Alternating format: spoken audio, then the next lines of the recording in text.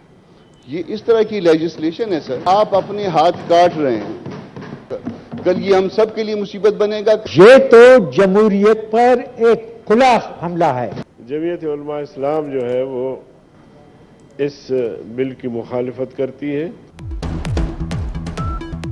Saint میں انتہا پسندی کی روک تھام کے بل کی شدید مخالفت، چیئرمین نے بل ڈراپ کر دیا۔ سینیٹر کامران مرتضیٰ نے کہا کہ بل ہم سب کے لیے مصیبت بنے گا۔ مشتاق احمد بولے کہ بل سے انتہا پسندی ختم نہیں بلکہ بڑھے گی۔ سینیٹر طاہر بزنجو نے بل کو جمہوریت پر کھلا حملہ قرار دے دیا۔ 2018 میں پاکستان کی قسمت کے ساتھ کھیلا گیا، قوم کے 77 ارب روپے دریا برد ہو گئے، اس کا حساب کس سے لیں گے؟ وزیر اعظم شہباز شریف کہتے ہیں کہ گزشتہ 4 سال نااہل ٹولہ ملک پر حکومت کرتا رہا، چیئرمین پی ٹی آئی نے صرف چور ڈاکو کا ہی منتر پڑا، اچھے منصوبوں کو تباہ کر دیا گیا۔ وزیر اعظم نے لاہور میٹرو بس سروس کے توسیعی منصوبے کا افتتاح کر دیا، شعبہ صحت کے 3 منصوبوں کا بھی سنگ بنیاد رکھا۔ وزیر اعلیٰ پنجاب محسن نقوی کی محرم الحرام میں بہترین انتظامات پر بھی تعریف کی۔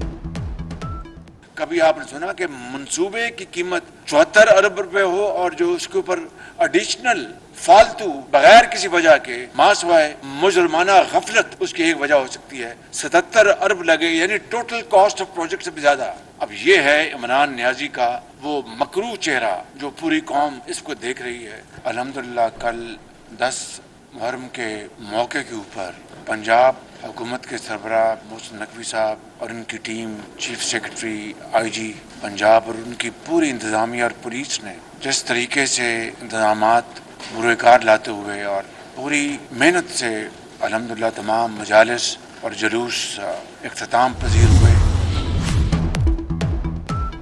دبئی کے مادام تساؤ میوزیم میں بے نظیر بھٹو کے مومی مجسمے کی رونمائی۔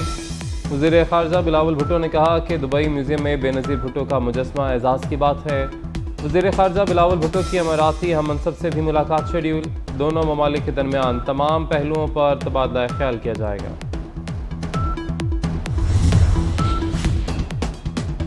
وزیر اعلیٰ پنجاب ترقیاتی منصوبوں کی بروقت تکمیل کے لیے متحرک، گجرانوالہ میں وارن واٹر چینکس پر بے نظیر چوک تک سڑک کا فضائی معائنہ کیا، بولے گجرانوالہ کو جلد موٹر وے سے لنک کر دیا جائے گا، بارشوں کے باوجود پروجیکٹ مقررہ وقت میں مکمل ہوگا، انتخابات الیکشن کمیشن کا کام ہے، جب وہ کہیں گے ہو جائیں گے۔